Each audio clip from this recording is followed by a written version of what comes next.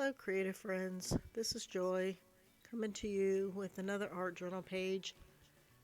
This particular journal page, I wasn't sure what I was going to do with it, but I had this tissue paper that I purchased and I wanted to do something with it.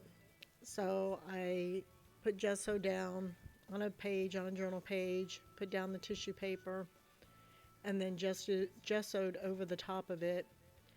I used white gesso because I wanted this to be a background.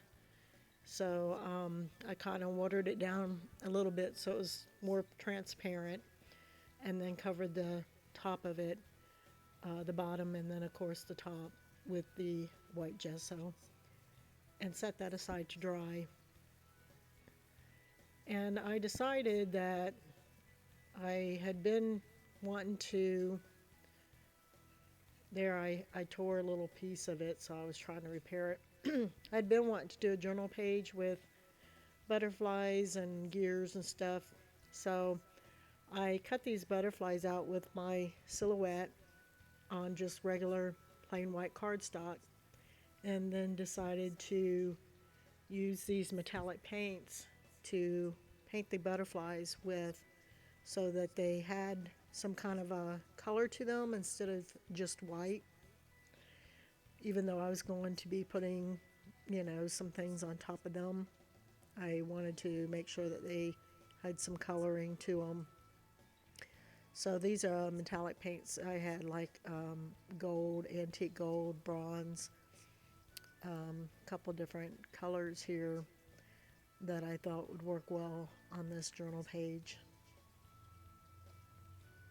And the particular butterflies, basically what I did was I scanned some butterfly stickers that I had, and then I made a cut file of the outline of the butterflies, and then I was able to resize them to whatever size that I wanted them to be and cut them out.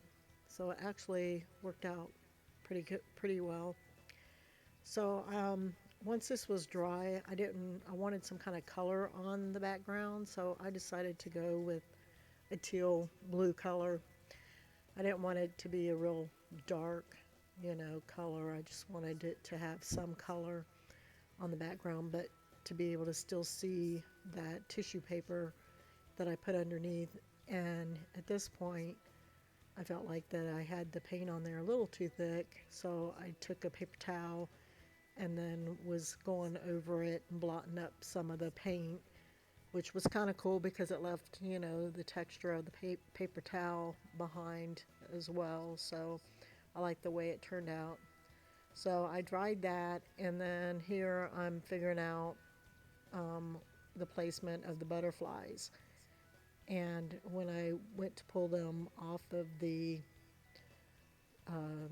page, the cardstock, punch them out of the cardstock that I cut them from, the little antennas kind of ripped and tore because they were, really small except for on the biggest one. So I was just cutting off whatever was left of the antennas that didn't come off, and I figured I could just draw those back on afterwards. So here I use some what did I use here? Some matte medium is what I used here to adhere these butterflies down on the page. And it, using the matte medium kind of dulls the brightness of the metallic a little bit, but I wasn't, all that concerned about it because I didn't think for this particular page that I was doing that it really mattered a whole lot whether the metallic paint was as shiny or, it kind of matted it down a little bit. Because I was planning on, putting some things on top of these butterfly images anyway. So, it worked. It worked fine for, what I was using it for. So I went ahead and adhered all of these down, tops and bottoms, to the journal page. And then I set this aside to dry. And I guess, I don't know, I guess in hindsight, it might have been nice to still have the shininess of them, but I wanted to draw on top of the butterflies, so I figured with a nice coating of matte medium on there, I'd be able to draw on top of them. So here I'm got all these gears that I wanted to put on the butterflies, and so I'm just figuring out what gears I want on which butterflies here, and determining how I wanted to do this layout. I didn't put gears on every single one of the butterflies. Well, for one, because they were too big to put on like the smaller butterflies, but I put them on, most of them, at least the four bigger ones there. I put gears on them. And plus, I kind of was running out of smaller gears. I wish I had some smaller gears, but so that I could have put some on the smaller ones, but I didn't have any smaller ones. So I, you know, ended up deciding that they were fine without, having gears on their wings like I was doing on these others. But I did decide that I kind of wanted to do something more with the smaller ones. So you'll see here in a minute where I was going through a stash and found these little keys that I thought would look really cute on these smaller butterflies. So I ended up doing that, putting a key on each one of the smaller butterflies that I thought, looked cute. So after I figured out how I was going to do these butterflies on this layout, I felt like that they needed something, some more design to them. So I just took this pencil and decided just to kind of draw, the little body on there and some design to the wings and stuff, even though in the end a lot of it was going to get covered up. I just felt like that they needed something more on there. So that's what I'm doing here. I went through and kind of just drew some designs and stuff on these butterflies. And then I used this, it's Elmer's, it's a quick dry heavy glue, and it's great for gluing down heavy things like these keys and the gears, and that's what I use to glue everything down. And it's a white glue, but it does dry clear. So I glued everything down, and then of course I set it aside to dry. It does take a bit, for it to dry, but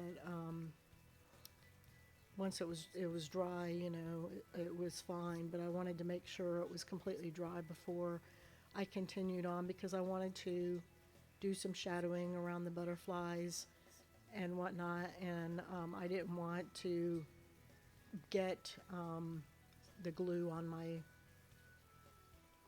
pen or pencil or whatever I was going to use, because I've ruined several by trying to draw in wet paint or, around things that I glued down and the glue wasn't completely dry. So I waited for them to dry, and then I used this is a Stabilo pencil I used to go around the butterflies. And so I drew around it, each of the butterflies, and then I used a very fine paintbrush and a little bit of water to activate the pencil so that I could spread it out a little bit and really get it, into, the creases and around the edges of the butterfly. And some of it, like you see here, it just seemed like it was really dark, so I was trying to dab at some of it so it's not so dark, so I wanted it to be more of a shadow than an outline.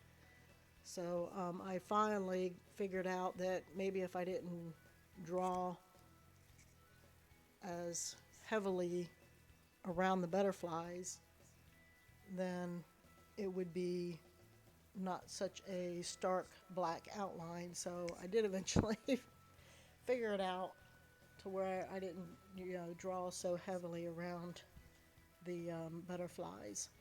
But I did end up going around each of the butterflies and giving them all a shadow. And at this point, this was pretty much what I was, the journal page I was wanting to create, but I just felt like that it needed something else, and I wasn't sure what else that it needed. And so I started looking through my stash of different things, and I decided that it would be really cute to put some flowers or something on here so that it was, had some kind of a little more decoration to this journal page rather than, just kind of these butterflies, on this blue background. So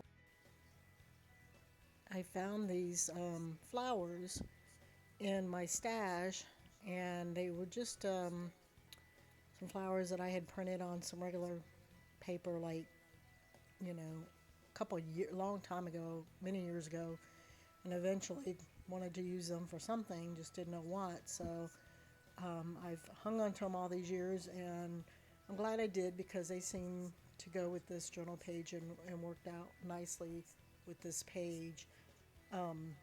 I cut them out with my silhouette cutting machine, which was kind of nice. Otherwise I would have had to hand cut these out, and that would have taken me forever. But I put these down with the matte medium again, and then I thought, well, they really could use some kind of word or phrase or something.